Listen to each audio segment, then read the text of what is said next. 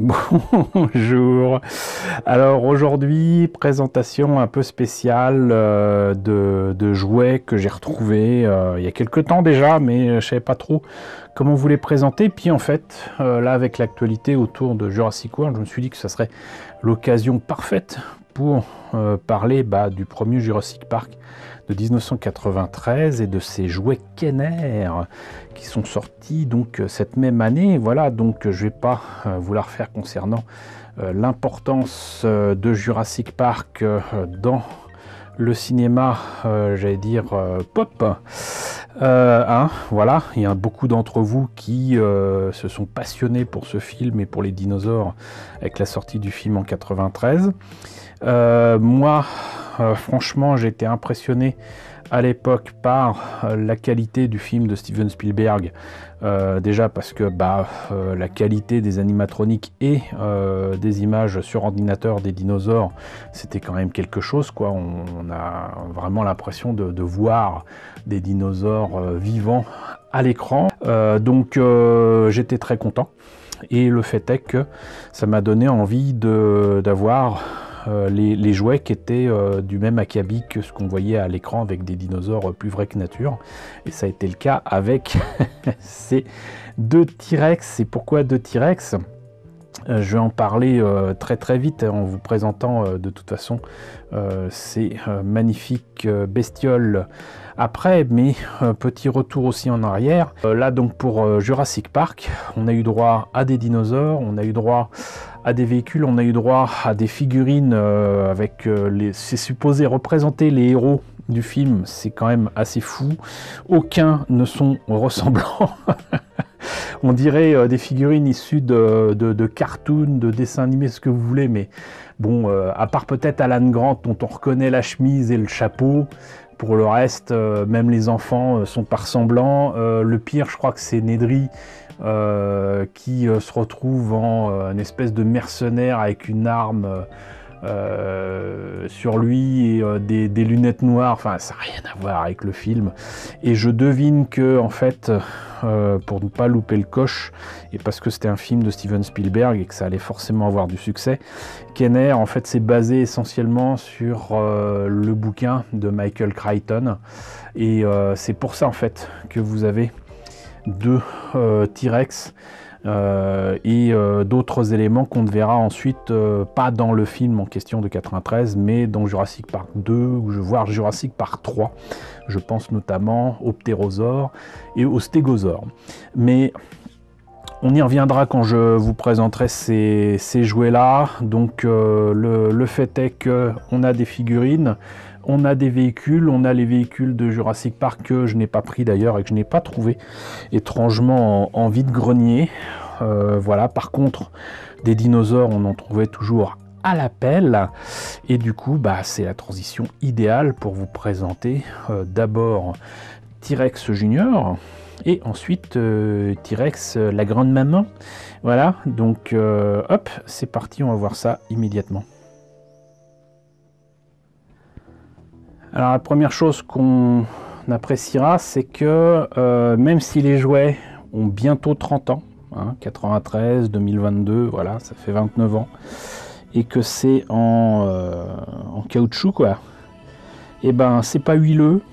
Bon, il y a eu quelques pièces là, parce que c'est pas en un seul morceau, qui n'ont pas tenu, mais j'ai mis un petit peu de colle et ça tient. Et franchement, voilà.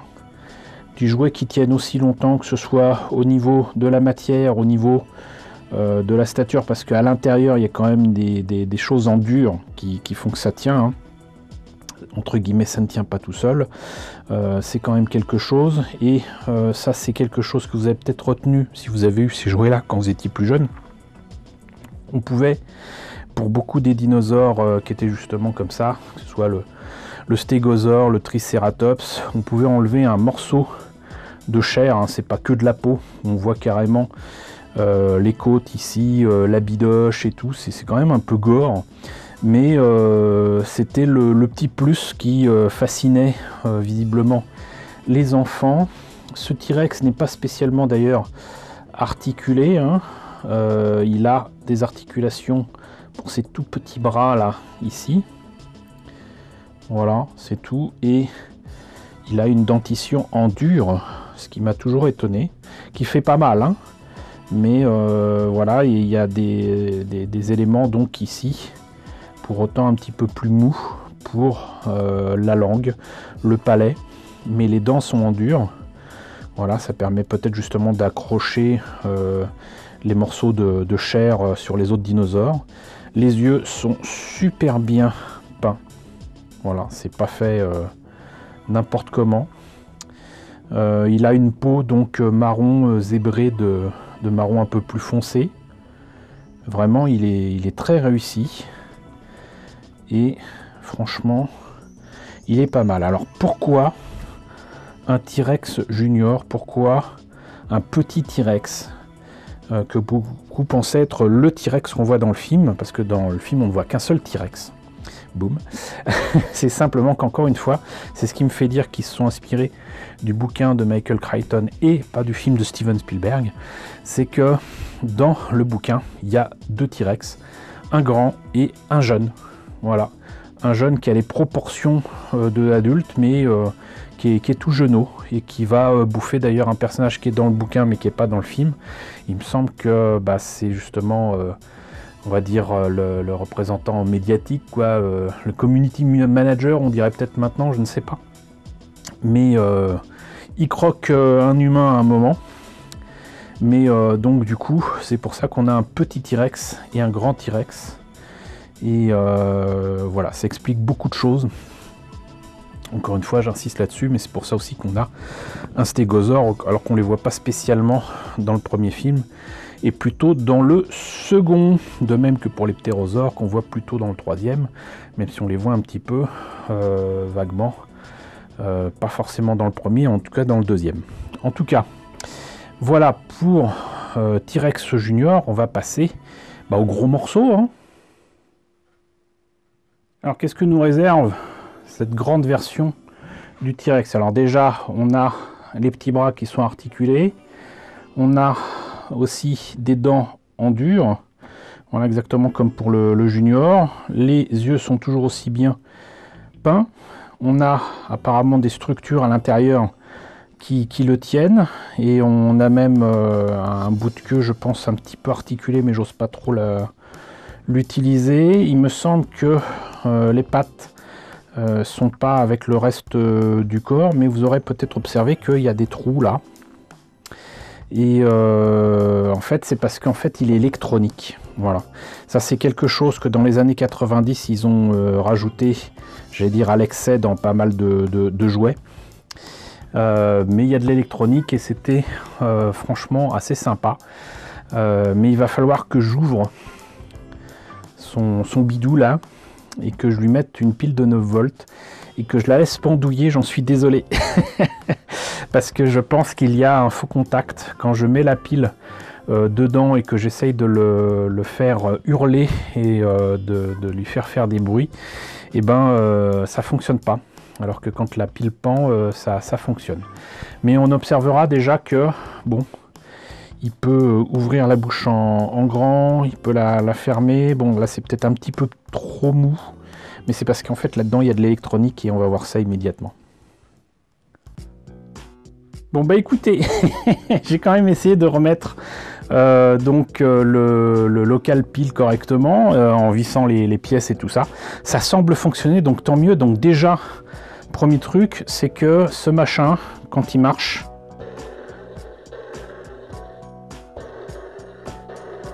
il fait les bruits de pas, comme dans le film, hein, voilà.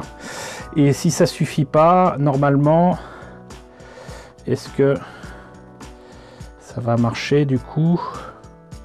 En fait, je l'ai mal fait, c'est que j'essayais de le faire hurler par là, mais en fait, j'avais complètement oublié que c'était ici. Il suffit d'appuyer là. Et non seulement ça active donc un mécanisme qui ouvre la gueule, vous voyez, mais il hurle. Enfin, je pense que vous l'aurez entendu. Voilà. Enfin, elle hurle. Donc voilà, c'est absolument pas là. C'est là que donc ce T-Rex se permet de vous hurler dessus.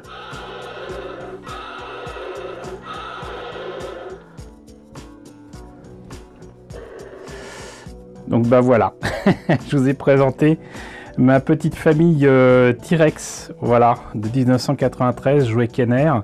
Il me semble que les jouets abandonneront cet aspect caoutchouteux dans les jouets qui représentent donc les dinosaures de Jurassic Park 2, 3 et même Jurassic World. Par contre, j'en ai pas parlé, mais pour les autres dinosaures, il y a eu donc, je vous ai montré du Triceratops, du Stégosaure, etc. Mais il y a bien évidemment les Vélociraptors qui existaient en deux versions. Une en électronique, exactement comme Maman T-Rex, donc qui faisait du bruit, mais qui avait par contre la bouche continuellement ouverte.